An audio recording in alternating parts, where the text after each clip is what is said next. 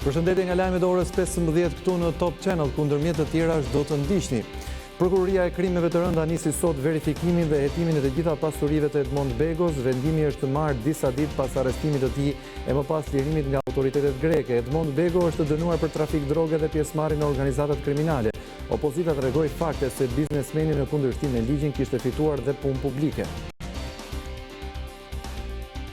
Qeveria italiane lejoi zbritje në tokë të 150 emigrantëve nga Eritrea që kishin disa javë të bllokuar në det. Vendimi u mor, siç tha ministri Salvini, pasi Shqipëria do të strehojë 20 prej tyre, 25 Irlanda dhe pjesën tjetër Kisha Katolike. Zëvendës kryeministri Di Maio falenderoi Shqipërinë për këtë akt solidariteti.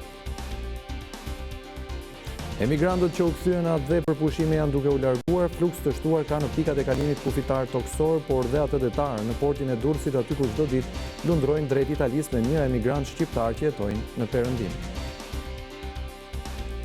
Mëngjesin e 30 Gushtit në portalin Albania do të shpallen rezultatet e renditjes për të gjithë aplikantët në universitete. Janë 25.000 maturantë që aplikuan në 37 universitete, 12 shtetërore dhe 25 private. Regjistrimi në universitet do të zgjasë në disa faza derisa mësimi të nisë në tetor.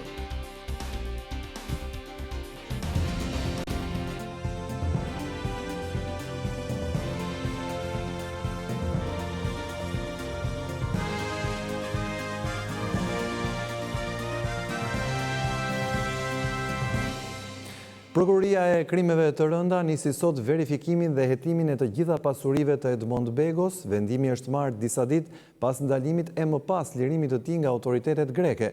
Edmond Bego është dënuar për trafik droge dhe pjesëmarrje në organizatat kriminale. Opozita tregoi fakte se si biznesmeni në kundërshtim me ligjin kishte fituar edhe punë publike. Prokuroria e krimeve të rënda në bazë të ligjit antimafia ka nisur verifikimin e pasurisë së biznesmenit Edmond Bego ose Mondi Bego, i akuzuar edhe si ish antar i bandës së Aldo Bares.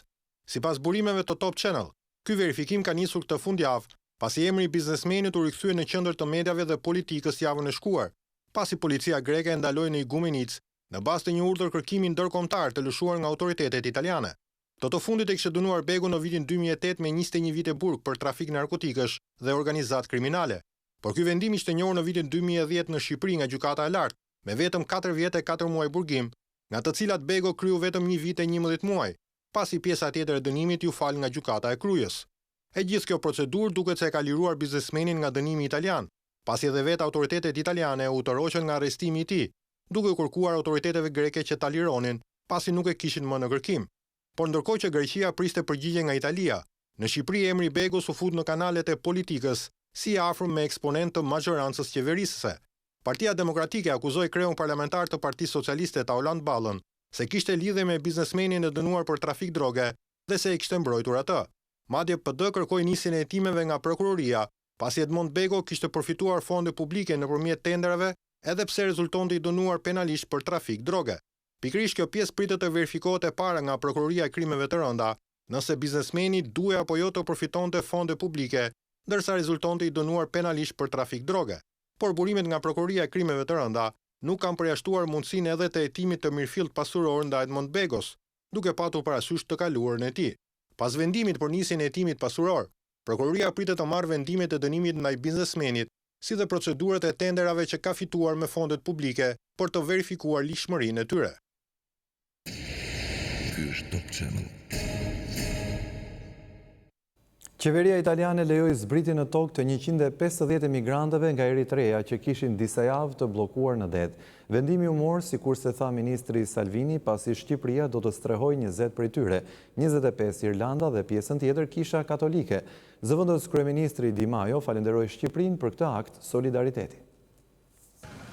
Italia të dielën lejoi të zbresje në tokë të 150 emigrantët që ndodheshin në një anije shpëtimi, Diçoto, që qëndronte ankoruar prej 5 ditësh në një port sicilian, duke i dhënë fund kështu sagës së emigrantëve dhe përplasjes mes qeverisë italiane dhe partnerëve të saj të Bashkimit Evropian.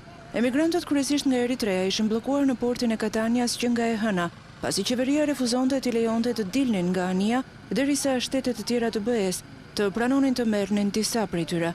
Ministri i Brendshëm italian Matteo Salvini ka thënë se Shqipëria ka planuar të marrë 20 nga emigrantët dhe Irlanda 20 deri në 25 ndërsa pjesa tjetër do të strehohet nga Kisha Katolike Italiane, pas një kosto për taksapaguesit italian. Ministri i Jashtëm italiane cilësoi ofertën e Shqipërisë një sinjal të madh solidariteti dhe një miqësi që Italia e vlerëson shumë, ndërsa zëvendës kryeministri Luigi Di Maio tha: Në fund, pas disa ditësh, kemi mundur ta bëjmë këtë me solidaritetin e Shqipërisë që ka nisur negociatat për anëtarësim në Bashkimin Evropian, por që për mua është shumë më tepër Europë se shumë vende që kanë themeluar Unionin. Dhe i ka dhënë një shpull morale politike të gjithë atyre europianëve që thonë se duhen ndihmuar emigrantët, që duhet ndihmuar Italia, por që në fund na përplasën derën në fytyrë. Salvini që ka kryesuar një fushatë anti-emigracion që kur qeveria mori detyrën në qershor, po ashtu njoftoi si ishte vënë në hetim nga një prokuror sicilian për abuzim me detyrën, mbajtje peng dhe arrestim të palishëm. Vënia ime nën hetim sepse ka mbrojtur të drejtën e italianëve është një fatkeqësi, tha ai. Të shtunën OKB bëri apel për arsyetim nga të gjitha palët pas një takimi të dërguarve nga 10 shtete të BE-s në Bruksel një ditë më parë, që dështuan të arrinin një marrëveshje. Roma ka refuzuar të bashkëpunojë pavarësisht kritikave nga grupet e djathta dhe opozita, me Salvinin që thotë se ai konsideron sulmet me të cilat është përballur si një medalje nderi. E vetmja ndihmë nga brenda bllokut mbërriti të shtunën vonë nga Irlanda, që pranoi të merrte 20 deri në 25 emigrant, pas një premtimi të mëhershëm nga Shqipëria për të strehuar 20 prej tyre. Por kampi i pritjes në Babru të Tiranës është i tejmbushur, aty ndodhen qindra refugjat që kanë vetëm një synim, të kalojnë kufirin për në Kosovë dhe më tej për në Perëndim. Sokol Bregu bisedoi me disa nga refugjatët e strehuar në Shqipëri, të cilët kanë tentuar ta përdorin vendin ton si tranzit. Shqipëria ka shprehur dëshirën të ndihmojë në strehimin e të paktën 20 emigrantëve nga Eritrea të bllokuar në brigjet italiane, por a është ajo gati për t'i siguruar ata? Shqipëria ka dëshirë të presi emigrant, por kushtet nuk janë. Kjo është qendra e pritjes së refugjatëve këtu në Babru. Aty brenda ka sirian, pakistanez, algjerian. Dhe të gjithë kanë vetëm një qëllim, të largohen nga Shqipëria. Të gjithë nisen drejt kufirit me Kosovën.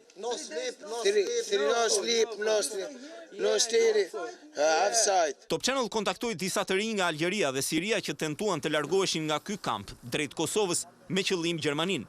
Ata u kapën dhe u kthyen mbrapsht nga autoritetet shqiptare dhe natën e kaluan duke fjetur në dyert e kësaj qendre. Për shumë orë me radhë ndjetën aty, derisa u ripranuan. Me lekët që kishim mund të shkonim deri në Kukës. Kukës mbaruan lekët dhe policia nuk na la të shkonim në Kosovë. Sa polic na thanë jo kotej për nga rruga tjetër. Atje një polic tjetër na thirri, na vuri prangat dhe na solli sërish këtu.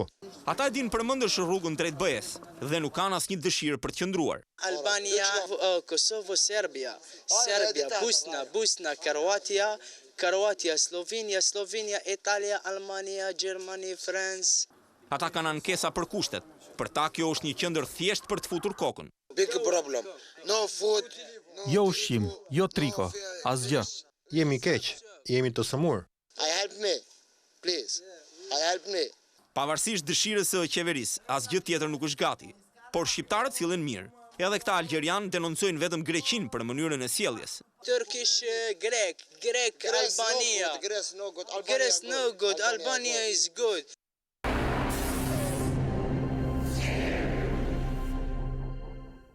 Nga ana tjetër, emigrantët shqiptarë që u kthyen dhe për pushime janë duke u larguar. Fluks të shtuar ka në pikat e kalimit kufitar toksor, por dhe në portin e Durrësit, aty ku çdo ditë lundrojnë drejt Italisë me mijëra shqiptarë që jetojnë në Perëndim. Ne ndenjëm një muaj, u kënaqëm. Tashi do ikim. Nëse fillimi i Gushtit solli radhë të gjata në portin e Durrësit, me ardhjen e emigrantëve dhe turistëve, fundi i këtij muaji ka sjellë fluks në kthim. Pas përfundimit të pushimeve në Shqipëri, emigrantët kanë nisur të kthehen në Itali, ku me fillimin e muajit shtator rinis edhe rutina e tyre e përditshme në punë apo shkollë. Gjithmonë ngushtë. Si erdhëm do ikim? Janë fëmijë në punë. Atëra i japin pushimet. Janë edhe niprat dhe mbesat janë në shkollë. Tash normale edhe të presësh. Me tërë këta njerëz që kthehen tash është normale, nuk është që duhet të zëmrojmë ose pres. Ka ardhur momenti që të kthejmë në shkollë dhe duhet të kthejmë në vendin tim. Edhe pse kam lindur në Itali, Shqipëria më ka pëlqyer për erë.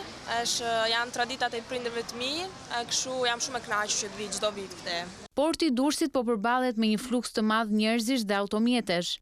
Vetëm në orën 13 janë larguar këtë të diel 4000 pasagjerë si dhe 940 automjete.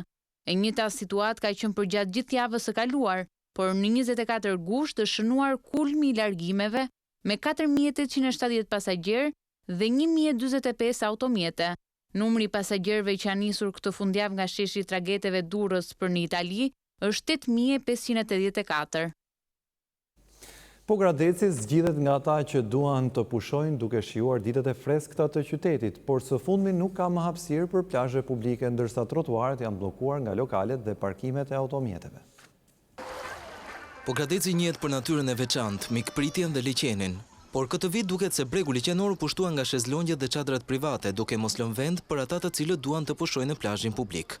Sezoni veror ka sjellë më shumë pushues, ndërsa liqeni i Ohrit dhe Rëra janë një atraksion i padiskutueshëm.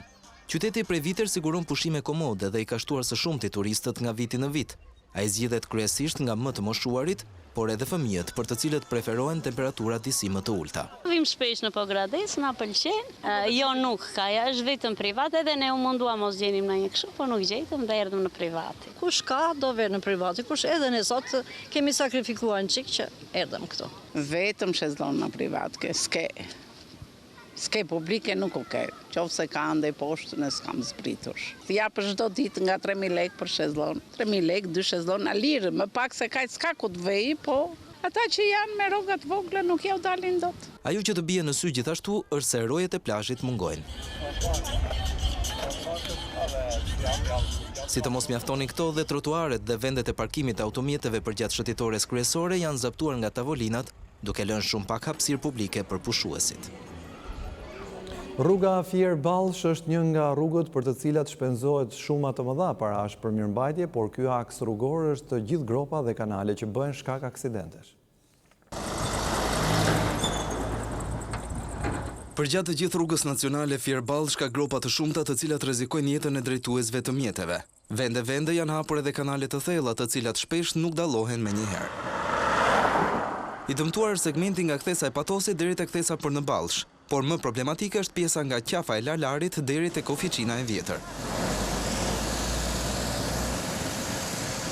Rrëshqitja e dheut jo rrallë është bërë edhe purim aksidenti. Segmenti rrugor Ballsh-Bylis është thuajse i pakalueshëm për shkak të rrëshqitjeve të dheut.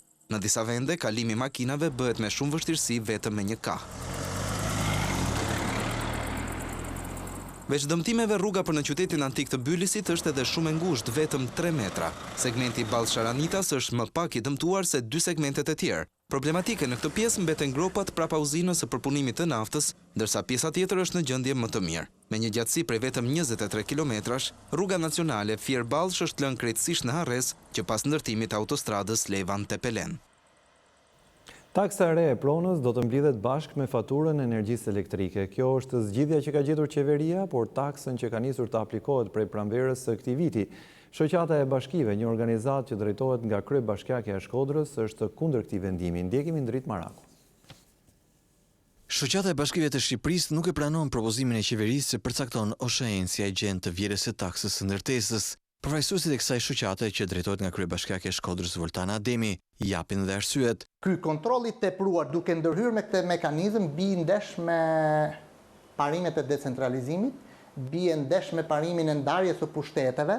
Agron Haxhimali, drejtori ekzekutiv i shoqatës së Bashkive, thekson se projekt vendimi jo vetëm bie ndesh me legislacionin, por del dhe kundër synimit të reformës administrative territoriale. Ligji për procedurat tatimore dhe taksat vendore i vitit 2006 kanë përcaktuar në mënyrë eksplicite vjelja e taksave dhe caktimi i agjentit për vjeljen e taksave vendore është përgjegjësi e bashkive. Ndërtuam këto bashki të mëdha, duhet ju abesojmë bashkive. Sipas Haxhimalit, parashikohet që në vitin 2018 taksa mbi ndërtesën të kap vlerën e 31 milion eurove. Nisma e Ministrisë së Financës i lejon OSHE-s të mbaj për vete 4% të shumës si vjel. Pse mos tjetë 3, pse mos tjetë 2, mbas edhe 5, futja një koeficienti në mënyrë arbitrare më tregon që ka një vullnet jo të mirë, ka një padituri jo të mirë, pra situata nuk është studiuar ose në fund mund të jetë dhe e djallëzuar. Nga ana tjetër, bashkitë thonë se nuk kanë asnjë mekanizëm kontrolli mbi pushtetin qendror për të verifikuar sa shuma që u takon të marrin mbrapsht. Edhe moralisht dhe psikologjikisht nuk besojnë institucionet tek njëra tjetra. Kështu që në këtë drejtim edhe ne nuk besojmë që do ta marrim atë që do mbledhi OSHE-ja. Në përgjigjen që shoqata e bashkive ka dërguar Ministrisë së Financave, propozon që OSHE të mos jetë vetmi agjent për vlerën e taksave duke dhënë mundësinë bashkive të zgjedhin, po ashtu propozohet që komisioni të mos jetë fiks në 4%, por të negociohet në çdo rast nga bashkitë me agjentin e vlerës së taksës ndërtesës. Kisha e apostujve në Zagori po restaurohet për të shpëtuar nga dëmtimet që kanë shkatruar shumë kisha të tjera. Janë 19 milion lekë që po shpenzohen, por siç thon arkitektët, teknologjia që po përdoret është e gabuar. Kisha e apostujve në Hoshtef të Zagoris po restaurohet. Ky monument i rrallë i kultit dhe artit të mesjetës prej dekadash rrezikonte shëmbjen dhe humbjen e freskëve. Por projekti që kushton rreth 19 milion lekë kontestohet nga ekspertët për shkak të teknikës së restaurimit. Fillimisht projekti i restaurimit nisi me çmontimin e hajatit të kishës dhe rindërtimit të tij. Teknika e shumë kritikuar filloi të zbatohet edhe me murin e pasëm të kishës. Një prej teknikëve lokal thotë se në monument është duke u kryer një ndërhyrje flagrante dhe e pakujdesshme që po i shbën identitetin. Arku i dytë është më i vogël nga të tjerët. Llaçi që është përdorur këtu është përdorur me metodat e reja, jo të vjetra që kanë qenë kishat. Urdhro muri i vjetër është stokim me mistri. Fugatur me mistri, ky është me pastruar me furç. Ndërsa Reshat Gega, arkitekt restaurator, thotë se teknika është e papranueshme dhe se po dëmton vlerën e këtij objekti. Është një listë të monumentesh të cilët janë përfshirë nga ky lloj fenomeni, i zbukurimit në thonjza, gjithë një shërbim të një estetike falso, e cila nuk ka lidhje fare me ruajtjen e vlerave, nuk ka lidhje fare me ruajtjen e trashëgimisë kulturore. Biles, këto veprime që ne vëmë re, qoftë në Hoshtef, qoftë edhe në objekte tjera, të gjitha këto janë shkelje që i përfshin dhe ligji tash. Megjithatë, sipas ministres së Kulturës Mirela Kumbaro, ky operacion i komplikuar ndërhyrjesh është mundësia e vetme për ta shpëtuar objektin që ka probleme madhore konstruktive. Kisha e apostujve, apo e njohur si kisha e Shën Petros dhe Pavlos, është e vetmja që i ka rezistuar kohës mes 24 kishave të zonës më të thellë të Zagorisë në Gjirokastër. Debati mbi teknikat shpëtuese në restaurim përfshin në fakt edhe disa objekte të rëndësishme të trashëgimisë kombëtare në jug të vendit, si kisha e Labovës së Kryqit, kisha e Shënkollit në Mesopotam, kisha e Kosinës në Përmet, kisha e Dërmiut apo restaurimet në zonën historike të Gjirokastrës. Në Shkodër, pika më e vizituar për turistët është Muzeu Marubi. Çdo i huaj që viziton këtë qytet ndalet në Muzeun e Fotografisë Shqiptare. Shkodra mbetet një nga qytetet më të dashur për turistët. Destinacioni që shfaq më shumë interes në këtë qytet është Muzeu Marubi, i cili vizitohet nga shumë turist. Pjesa më e madhe e tyre janë të huaj, por ka edhe shqiptar që vijnë nga qytete të ndryshme të Shqipërisë. Gjatë periudhës së verës, pra që nga muaji maj dhe deri nga, mund të themi, nga muaji tetor, vizitorët janë kryesisht vizitorë të huaj. Vizitorët të huaj përbëjnë gjatë kësaj periudhe mbi 60% të numrit total të vizitorëve, ndërsa në muajt e dimrit kjo balancohet pastaj me vizitorin vendas apo edhe me vizitat e ndryshme që kemi në muze në kuadër të programeve edukative. Vizitorët e Muzeut Marubi, flas për vizitorët të huaj, janë kryesisht ato të vendeve të Evropës perëndimore dhe vendeve të Evropës veriore. Ekspozita e fundit e Angjeline Nshatit u vizitua nga 3500 turistë. Mëngjesin e 30 gushtit në portalin U Albania do të shpallen rezultatet e renditjes për të gjithë aplikantët në universitete. Janë 25.000 maturantë që aplikuan në 37 universitete, 12 shtetërore dhe 25 private. Regjistrimi në universitete do të zgjasë në disa faza, ndërsa mësimi nis në tetor. 25.000 maturantë aplikuan përmes formularit A2 për programe studimore në universitetet publike dhe private. Aktualisht, universitetet po merren me llogaritjen e pikëve dhe më pas renditjen e aplikantëve sipas programeve të studimit. Më pas, duke nisur nga data 30 gusht në mëngjes, rezultatet do të bëhen publike në portalin U Albania, ku çdo aplikant do të mësojë se si është renditur në programet për të cilat ka aplikuar. Drejtori i rrjetit akademik shqiptar Dr. Arjan Xhelaj shpjegon se pasi të logohet e këndi maturantit, aplikanti fut vetëm ID-n e maturës. Nëpërmjet 3 ngjyrave do të sinjalizohet nëse është fitues, që do të jetë ngjyra jeshile, ku ai ka kohë në dispozicion 48 orë për të regjistruar për programin fitues. Në rast se ai kërkon një deg tjetër dhe ky program nuk është aq interesant për të, atëherë atit mund të shfaqen me ngjyrën e verdhë programet të tjera studimi që do të thotë që ai është fitues për fazën tjetër. Nëse një student është fitues në disa dega, atëherë ndiqet kjo procedurë. Çdo student me regjistrimin e tij liron të gjitha degët ku ai ka qenë fitues dhe ato i vijnë në dispozicion fituesit të radhës. Ky proces vazhdon në 7 faza 48-orëshe, ku çdo student ka kohë për të regjistruar në degën fituese brenda 48 orësh. Ka aplikant që nuk kanë fituar asnjë degë në raundin e parë, apo ka maturant që japin provimet në vjeshtë dhe duan të aplikojnë. Aplikimi A3 do të jetë në datat 15 dhe 20 shtator. Do të jenë po 10 preferenca dhe do të bëhet në një periudhë 5 ditore, 15 deri me datën 20 shtator. Një aplikant duhet të paraqitet me dokumentacionin përkatës pranë sekretarisë së universitetit, pasi nuk ka regjistrime online. Paraqitet brenda afatit 48 orësh pranë sekretarisë me dokumentacionin përkatës që është karta e identitetit, kopjen e diplomës të notarizuar. Do të firmosë një deklaratë që e ka marrë vendin e studimit ose është regjistruar në atë ditë. Në Republikën e Shqipërisë janë 37 universitete gjithsej, nga këto 12 publike dhe 25 private. Ato do t'i hapin dyert në mes të muajit tetor.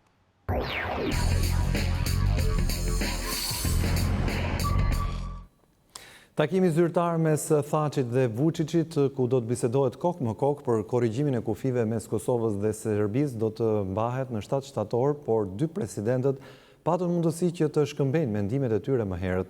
Ata ndodhen në një forum në Austri, ku kanë shprehur dakordsinë e tyre për nisjen e këtij procesi. Arritja e marrëveshjes për normalizimin e marrëdhënieve mes Kosovës dhe Serbisë ka dominuar debatet në forumin evropian në Albania të Austrisë. Presidentët e Kosovës dhe Serbisë, Eshim Thaçi dhe Aleksandar Vučić, kanë elaboruar në pika të shkurtra idenë që marrëveshja të përfshijë dhe korrigjimin e kufirit. Presim marrëveshjen për kufirin, pasi nëse nuk arrim këtë, rrezikojmë të ardhen evropiane. Ndaj kemi vendosur të eksplorojmë shumë mënyra dhe jemi të gatshëm të arrijmë deri tek marrëveshja. Pa arritjen një marrëveshje, Kosova dhe Serbia do ta bllokojnë njëra tjetrën në rrugën drejt BE-s dhe rajoni do të vuajë nga rreziku i destabilitetit. Askush nuk duhet të ketë frikë nga një marrëveshje e mundshme mes Kosovës dhe Serbisë, edhe nëse kjo marrëveshje do të thotë korrigjim kufiri. Kosova dhe Serbia nuk do të jenë as të parat dhe as të fundit që bëjnë korrigjim kufiri. Ndërkaq presidenti i Serbisë Aleksandar Vučić tha se nuk mund të ketë marrëveshje nëse palët nuk pajtohen për çdo gjë. Unë jam gjithmonë pesimist, sepse e di sa vështirë është të ecim në të ardhmen, dhe unë e di sa shumë dallime kemi mes veti. Mirë po ka diçka të përbashkët që ne të dy palët duhet ta gjejmë një zgjidhje. Nuk është se e duam këtë për vete, por për popujt tanë. Ai tha se Kosova ka një status të pasgjidhur pasi gjysma e botës e njeh si shtet pavarur, por gjysma e tjetër e sheh si pjesë të Serbisë, ndaj kërkoi që të gjendet një zgjidhje. Presidenti serb tha se njohja e pavarësisë së Kosovës nuk do të ndodhë asnjëherë dhe vetmja mënyrë sipas tij është gjetja e kësaj zgjidhjeje. Ndërkohë, komisioneri për zgjerimin i Bashkimit Evropian Johannes Hahn ka thënë se nëse Kosova dhe Serbia bien dakord për ndryshim kufinsh, kjo nuk mund të përdoret si arsye për ndryshime kufinsh në vende të tjera të rajonit. Duke folur në forumin evropian në Albania të Austrisë, Hahn ka lënë të kuptohet se Bashkimi Evropian është në dieni se presidenti i Kosovës dhe i Serbisë tashmë janë të fokusuar në negociata për ndryshime kufinsh.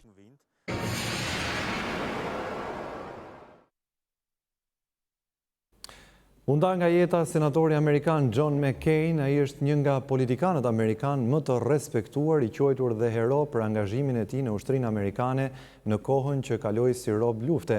Ai ishte një njeri që nuk bënte pazar me parimet, garoi me ndershmëri për president, kundërshtoi Barack Obamën dhe politikat e tij, por dhe Donald Trumpin. Ishte një politikan shumë aktiv në çështjet ndërkombëtare dhe vetëm një vit më parë ishte në Tiranë.